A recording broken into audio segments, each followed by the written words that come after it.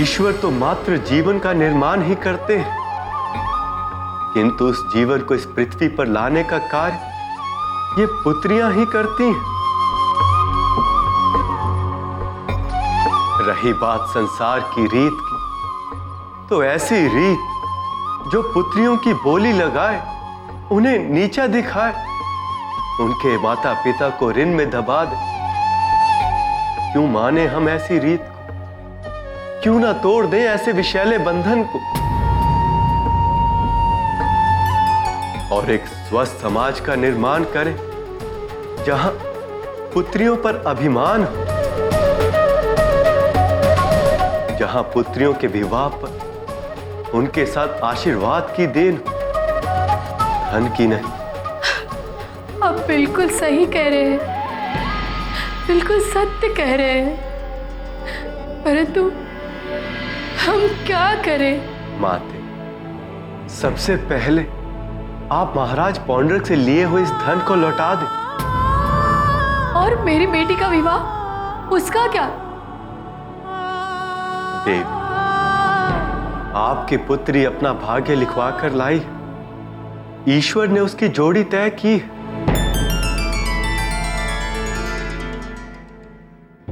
आप निश्चिंत रहें, आपकी पुत्री को उसके योग्य वर अवश्य मिलेगा।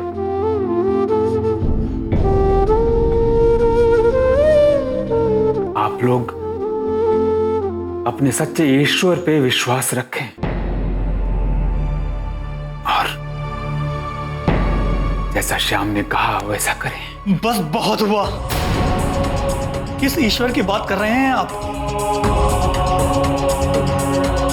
हम तो अपने ईश्वर का नाम तक नहीं ले सकते।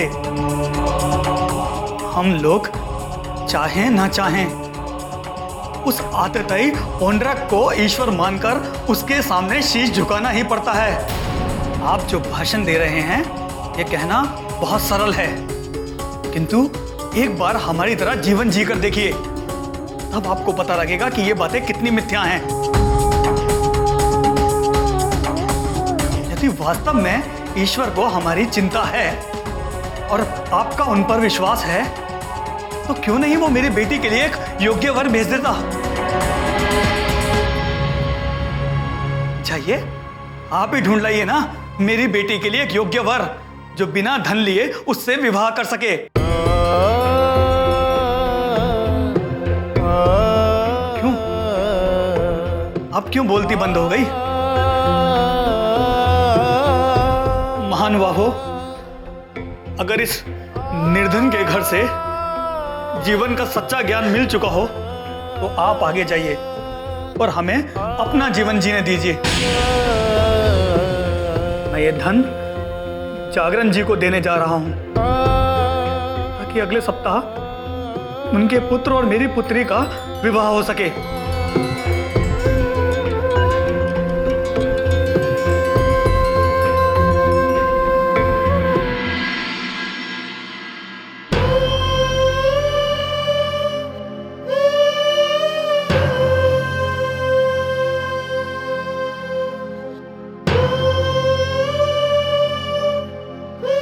मैं नहीं जानती कि आप कौन हैं, पर मेरे लिए तो आप भगवान के दूत ही हैं।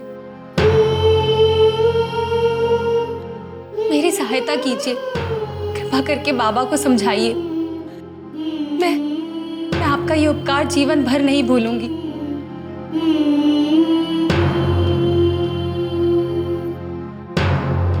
यदि तुमने इतना साहस किया है, तो भगवान भी तुम्हें निराश नहीं करेंगे। जय हो द्वारिकाधीश। हम पूरा प्रयत्न करें कि सब कुछ ठीक हो जाए। जय हो द्वारिकाधीश तुम्हारी, जय हो चलें ओमकार।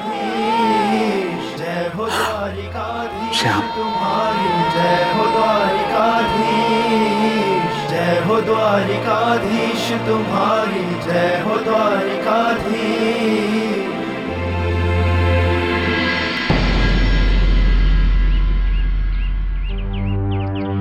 प्रभु, ये किसान अत्यंत दरिद्र है। इनका कहना इनकी दृष्टि में उचित है कि इन्हें धन के आगे धर्म नहीं दिखता। मनुष्य का पेट भरा हो तभी न वो भजन करे।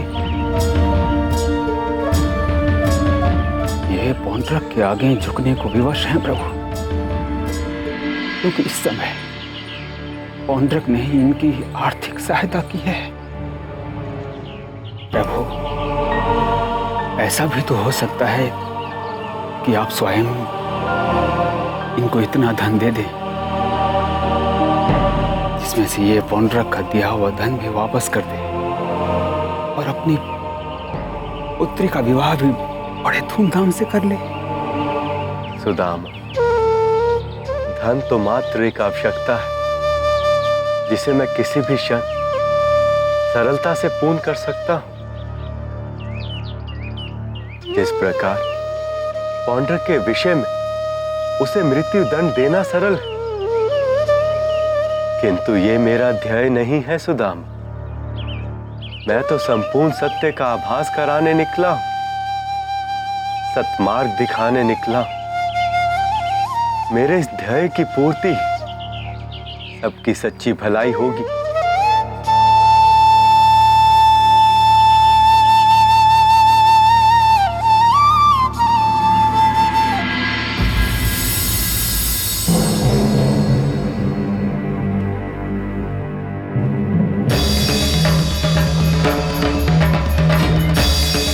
प्रणाम प्रभु।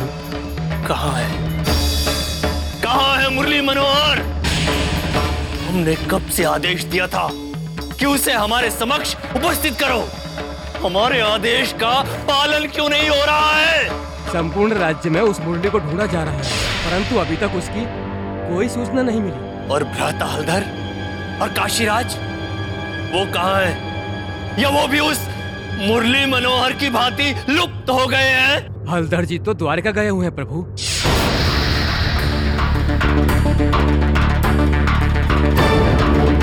द्वारिका? भ्राता हलधर द्वारिका?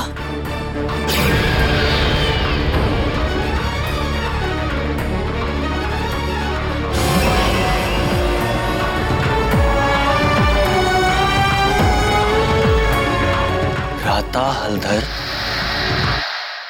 द्वारिका क्यों गए? मुरली का असली भेद पता करने प्रभु।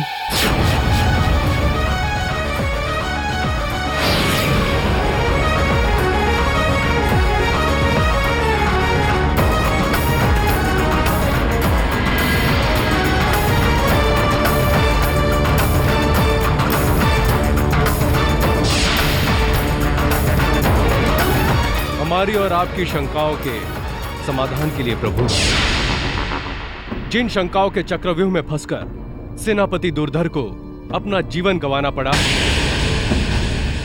हमें तो लगता है कि कृष्ण का गुप्तचर दुर्धर नहीं था, वो ये मुरली था।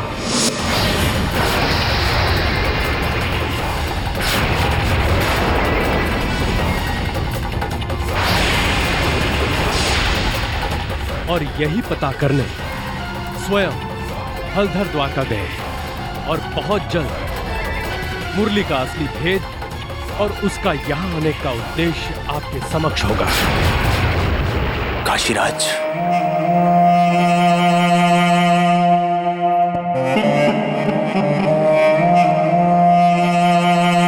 जब तक भ्राता हलधर द्वारिका से अपना कार्य करके लौटेंगे, तब तक हम स्वयं उस मुरली मनोहर को ढूंढेंगे और पता करेंगे कि उसकी सच्चाई क्या है।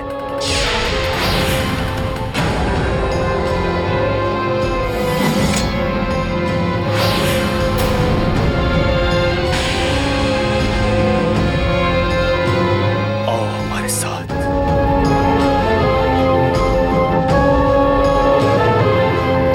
सुदामा, देखो कितना सुंदर दृश्य है। इसे कहते हैं प्रकृति का श्रृंगार। देखते ही जैसे मन की सारी उथल पुथल शांत हो जाए। प्रभु, हमारे सामने जो समस्या है उसका हल प्रकृति के सौंदर्य को निहारने से नहीं निकलने वाला। प्रभु, आप उस कन्या का धैर्य बंधवा कर आए हैं कि उसके पिता को ये शादी करवाने से रोकेंगे। हमें उसके लिए एक योग्य वर ढूंढना है प्रभु, जो यहाँ खड़े होकर संभव नहीं है। सुदामा, भूलोक में कहावत है, चिंता चिता एक समान। चिंता छोड़ो और इस सुंदर दृश्य का आनंद लो तुम। क्षमा करें प्रभु, वहां वो कन्या कितनी आस लगाए बैठी होगी, उस परिस्थिति में छोड़। सुदामा, लगता है मुझ पर से विश्वास डोलता जा रहा है तुम्हारा। क्षमा प्रभु, ऐसा कैसे संभव है प्रभु? मैं आप पर विश्वास ना करूं तो किस पर करूं? प्रभु,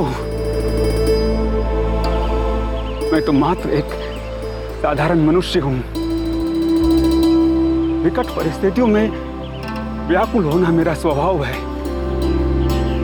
मैं ये भूल जाता हूं कि समस्त संसार की चिंताओं को हरने वाले प्रभु तो मेरे साथ हैं।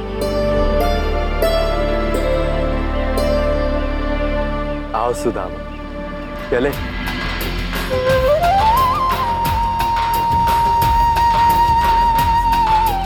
सुनो, क्या आप हमें नदी के उस पार छोड़ दोगे?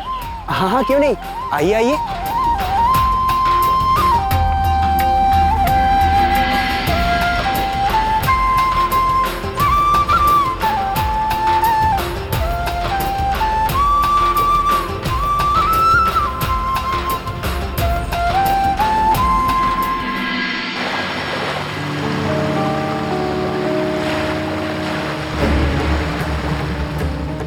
सुदामा,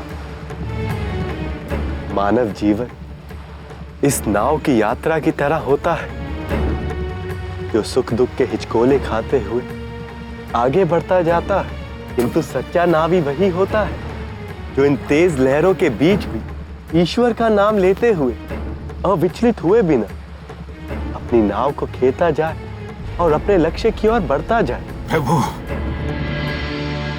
आप तो नदी की सैर का आनंद ले रहे हैं, परंतु मैं चिंतित हूं इस बात से कि मुझे तैरना नहीं आता।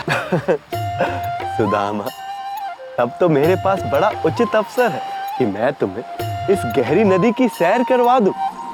वैसे भी नदी में स्नान करना अति उत्तम होता है। तो इस समय में भी अटकेलियां कैसे सूझ सकती है प्रभु? मुझे तो पल पल उस कन्या को दिए वचन की चिंताएं खा रही है। प्रभु, ये समझ में नहीं आ रहा है कि ये सब छोड़कर हम इस बीच नदी में क्या कर रहे हैं। नावी, क्या आपको भी नदी की गहराई से भय लगता है? बचपन से इन लहरों के बीच पला बड़ा हूं श्रीमान। ये नदी और नाव तो मेरा जीवन है। अच्छा, एक बात बताओ, ईश्वर में कितनी श्रद्धा है आपको? बहुत। किंतु मैं ये भी मानता हूं कि भक्ति अपने स्थान पर और कर्म अपने। नाव खेना छोड़ प्रभु भरोसे थोड़े ही बैठा जा सकता है कि वो आए और हमारी नैया पार लगाएं। ईश्वर हमें शक्ति देता है, पर कर्म तो हमें खुद करना पड़ता है ना।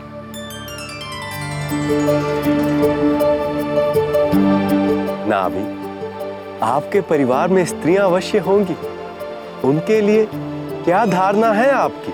है ना, माँ और एक बहन है। स्त्री का हर रूप आदरणीय होता है श्रीमान। देखा सुदामा, ये नावी मात्र परिश्रमी ही नहीं, ज्ञानी भी है। नावी, आपका क्या नाम है? जी, कुणाल। आपकी बातों ने तो हमारा मन मोह लिया।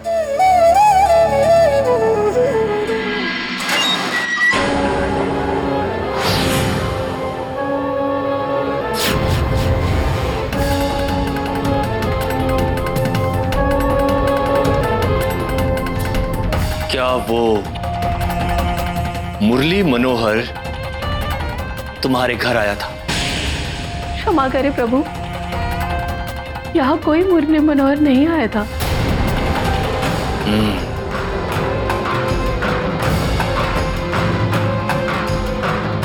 तो कोई भी नहीं आया यहाँ? कोई अनजाना, कोई अपरिचित?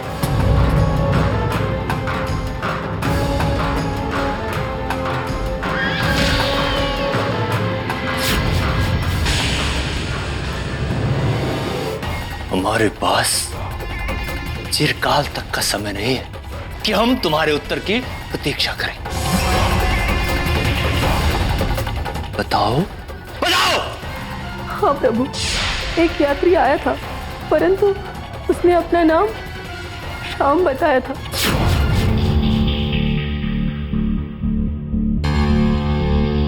श्याम?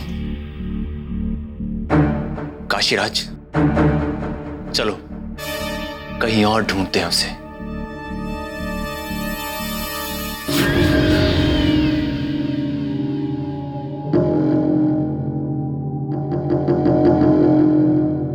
उस श्याम के साथ कोई और भी था, उसका साथी? हाँ प्रभु, नाम तो याद नहीं है उसका, परंतु उसने साधु जैसे वस्त्र धारण किए हुए थे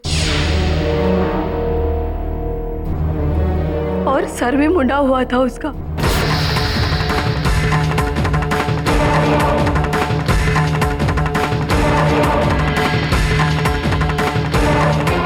शीघ्र बताओ, किस दिशा में गए हैं वो?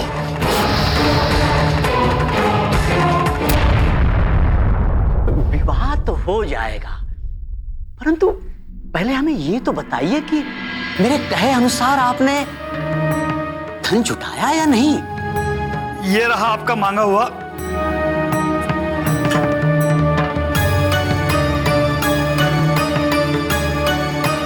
धन।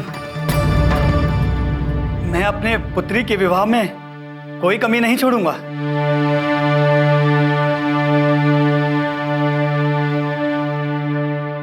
उत्तम, अति उत्तम। अब आप बिल्कुल निश्चिंत हो जाइए। ये धन हम जहां कहीं भी लगाएंगे, अंततः आपकी पुत्री के सुख दुख के काम ही तो आएगा। बस बस बस बस यही मोल है क्या आपकी संतान का श्रीमान?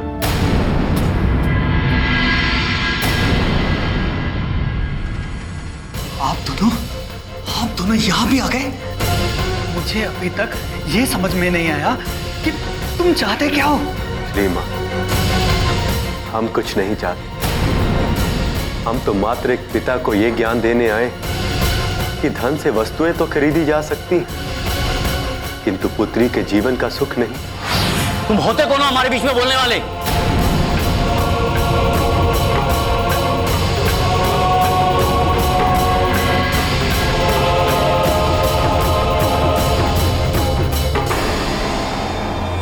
क्षमा कीजिएगा श्रीमान,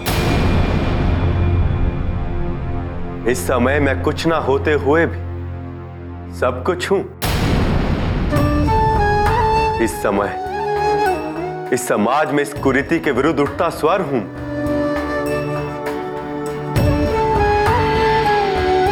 मैं हर उस लड़की का स्वप्न जो धन के लोभी दानवों के पैरों तले कुचले जाने से बचने का प्रयास कर रही।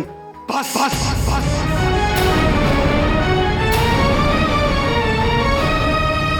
अब आगे एक भी शब्द नहीं।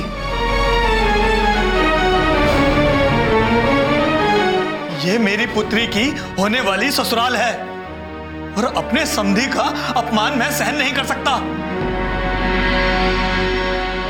मैंने आपको पहले भी कहा था कि इन बातों का कोई अर्थ नहीं। जाइए जाइए, जाकर लेके आइए एक ऐसा सुयोग्य वर जो बिना एक कोड़ी लिए मेरी कन्या से विवाह कर सके, जो जीवन भर उससे परिश्रम की रोटी खिला सके, जो उसे सुखी रख सके।